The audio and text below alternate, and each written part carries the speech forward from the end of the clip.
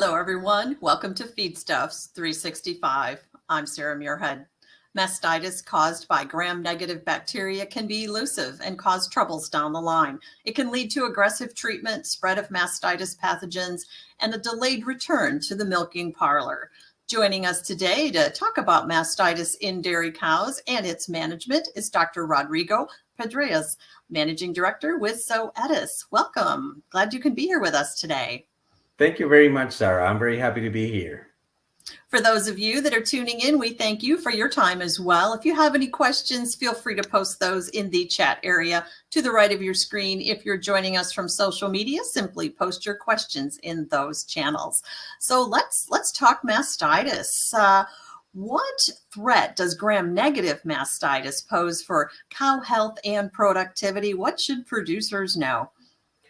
Well, gram-negative mastitis, it's a very common problem in the dairy industry. Pathogens like E. coli, Klebsiella, or Enterobacter may account for up to 35% of all intramammary infections.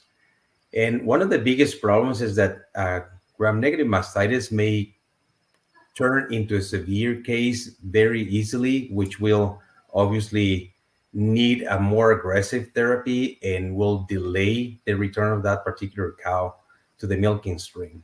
So there's a recent study out, I believe it was in 2023, that looked at mastitis, gram-negative mastitis. What were those results, and why is that study significant? Yes, Sarah, that's a really good question. This study was published by the University of California, Davis, at the end of 2023. And what they were trying to see on that particular study was the benefit of treating gram-negative mastitis with a Spectramaz LC for 2 or 5 days compared to not treated controls. It's been kind of a common practice in the past to let those gram-negative cases to get resolved on their own, but not always the results are the best. And what this particular study found is that we can get up to 24.7% reduction in bacteriological cures. And that's exactly what the dairy producer should be looking for. Bacteriological cure, that means that we lower the number of bacteria to a point that that cow will have the opportunity to become another case of mastitis and have a recurrent case. And the other finding that was really important, in my opinion, is that the reduction in terms of mastitis related culls and death was 46.8% compared to the non-treated control cows. So this is talking about 2 days of therapy with the Spectramaz LC. So very significant improvement. Yeah, it sounds significant, both from an economic standpoint as well as from a cow health standpoint, which is always great. So then how can producers use this information in their own operation? How best to apply that, or things to keep in mind? So since for years that we were doing this non-treated, making that non-treated attestation for gram-negative mastitis, now these basically just gives the veterinarians and producers a very good opportunity to implement those treatments with confidence that they're going to get better outcomes. Now, in that particular study as well, they found at $204 per head in decreasing mastitis losses. So economically and from the cow's health standpoint, it's pretty big. Yeah, whenever you improve the health side of things, usually the economics follows, doesn't it? Absolutely. So besides looking at treatment and talking about treatment of choice, what other management tools or other factors can lead to a successful mastitis treatment plan? What are your other recommendations? Yeah, probably one of the important recommendations is to keep track of the cows and what's happening with the cows.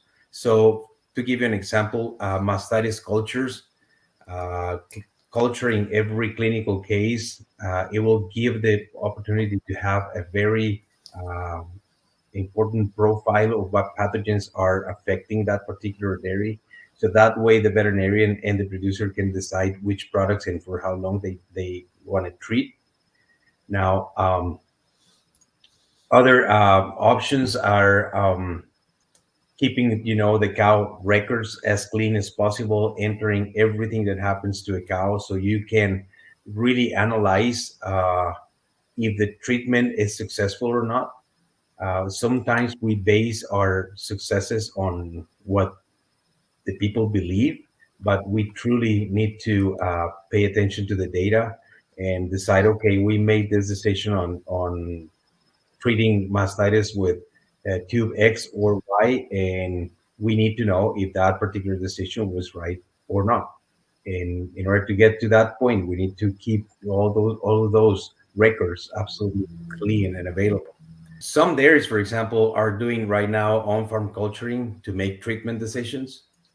And when you have that particular system in place, you may start the treatment as quick as possible with a broad spectrum antibiotic like Spectrum-As LC. And by the time that you get your results back, you may decide for how long your therapy is going to go.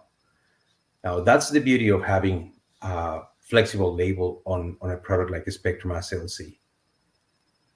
What final thoughts would you like to leave our viewers with today? Any key takeaways they should be thinking about when it comes to their operation?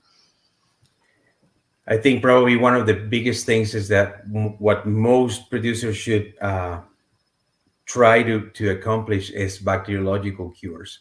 So if you have a product that can give you that opportunity to tailor the treatment to certain length, that will ensure that those cows are not going to have a recurrent case, and that those cows are going to get back into the system, and we can keep them also in the system. It's not just a matter of bringing the cow back into the milking string, it's also keeping the cow in the herd.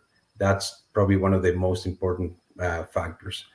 Now, dry cow therapy, it's also another point where we need to pay attention. That really prepares the cow to have the best start for the next lactation. So making a decision on which dry cow therapy you're going to use it's the key also to make sure the next lactation starts the right way. If you don't have that cow in production, or it just doesn't do you any good, right? I mean, you're not getting that milk production if it's not healthy and in the system. So absolutely. Thank you so much today for your time, Dr. Rodrigo, and appreciate you joining us. Absolutely. Sarah, thank you very much for having me. I really enjoyed it, and I hope this helps. Thank you. Great information. Likewise, we appreciate all of you and our audience tuning in. A reminder, you can view this interview along with a number of others at Feedstuffs 365. Until next time, for Feedstuffs, I'm Sarah Muirhead.